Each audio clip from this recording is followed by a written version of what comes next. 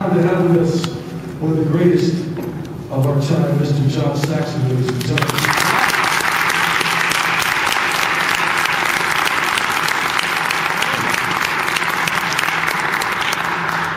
We'd like to first present an award to Mr. Saxon for supporting actor for the film that we just saw. What a fabulous film, directed, written, and starred Mr. Michael Ward over here. That's wonderful.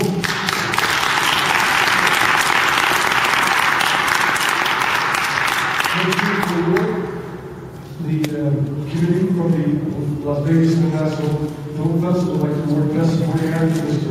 John Saxon, ladies and gentlemen.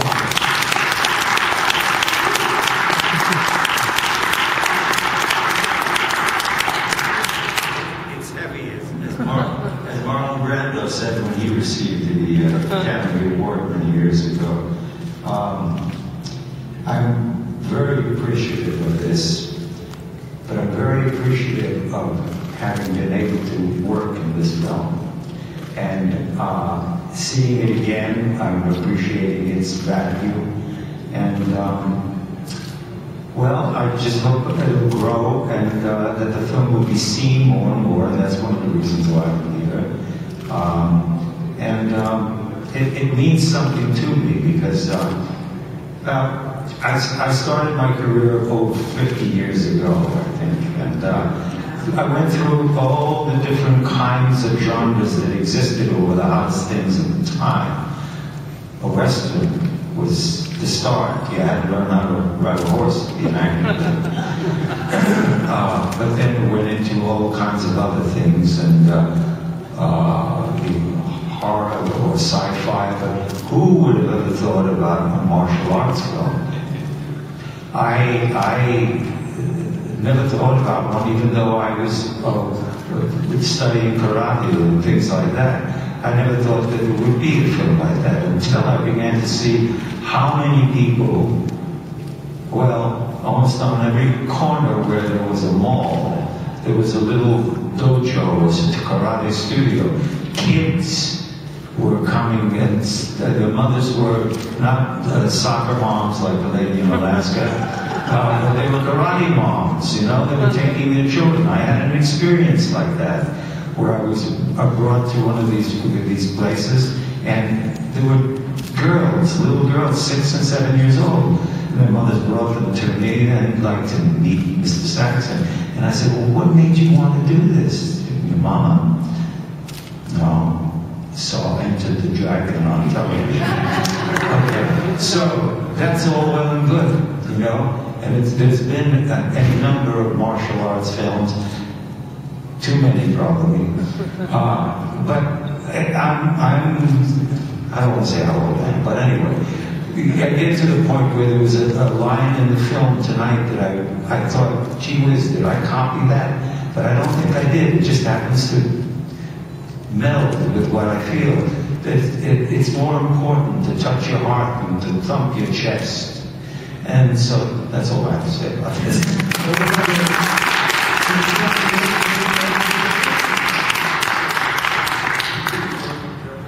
What's the post of the trophy?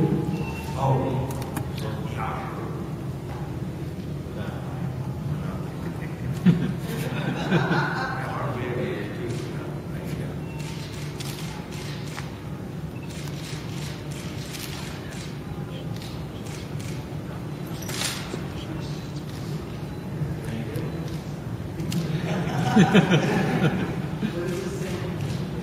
Best supporting actor, John Saxon, Las Vegas Film Festival. Thank you.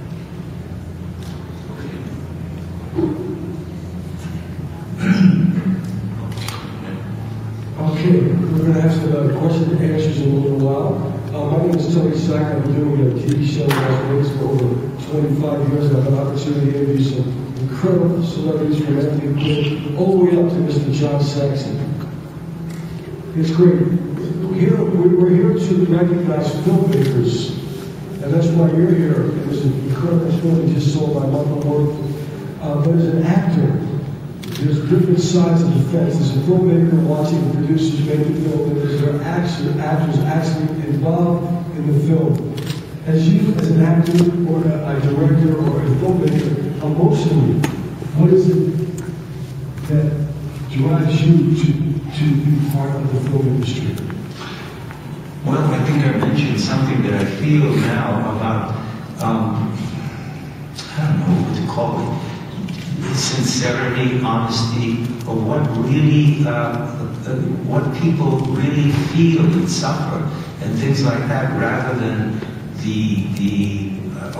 all the action stuff of car crashes. I mean, car crashes were so necessary in films in the 50s. Everybody put a car crash in it.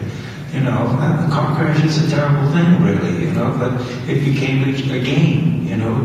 The filming, it becomes like a game of, I can't think of what game it would be, but I mean, watching films, it's easy, you know, to get off on it, even a horror film. Oh, you get thrilled and excited for a moment, you know. But what does it leave you with? And a film like the one that you all may have seen this evening touches the honesty of your own real feelings, that's all. Mr. Saxon, you were signed to Universal Studios at 17 years old. What did you know about emotions and filmmaking? What was it at 17? What were you at 17 years old doing signed with Universal Studios? You know, at the studio, no, I was only 17. Coming from Brooklyn, I acted like I was 22, so they never asked me for my driver's license, because in fact I didn't know how to drive until I got to California. But I'm missing your question now. Where were you at 17 years old? When did you realize at 17 years old being signed to Universal Studios and how it was today? I don't know, you know, I started to become interested in acting when I was about 15 or so. And you know, one of the things that happened was a movie in my neighborhood. A movie called City Across the River, that was one of the first films that Tony Curtis was in. And everybody in the pool room that I used to hang out with started wearing curls in their hair like Tony Curtis did. And everybody thought they were going to become actors because, as one guy said, I was still looking to see this. I could probably beat the hell out of him too, you know. But I started going to acting school. And I spent a lot of time, and by luck, I managed to,